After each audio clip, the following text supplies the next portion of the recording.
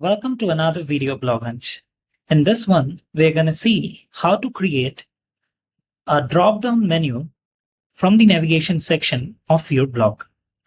So the first thing we need to do is log into your BlogHunch account and head over to the dashboard. Once you are within the dashboard, click on the navigation.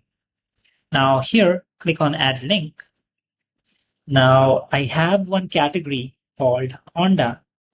So I'm going to search it and you see this found something called Honda and it is a category. So if I click on this, it will automatically take the name, take the URL, and there it gives the option add all child categories as dropdown.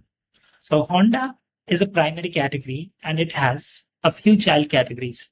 So this option will only be visible if you are adding a category in the navigation. So if I click on add right now, you'd see that Honda got added and the SUV, which was basically a child category right under Honda, got added. Now, if I take a look at the blog, I should be able to see the drop-down menu, Honda, and here is the SUV. So this is how the drop-down menu works. Now let's get back and add some custom link right here. So let's say that I want to link it to Facebook. So it is not able to find something called Facebook within the system. So it just opened this manual option. So I have added the URL right here. As this is an external URL, we need to add HTTP or HTTPS before. And then let's put it under About.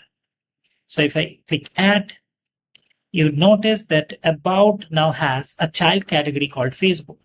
So if I get back, refresh, now this About got converted into a drop-down menu and Facebook is right there. So this is how easily you can create a drop-down menu from the dashboard.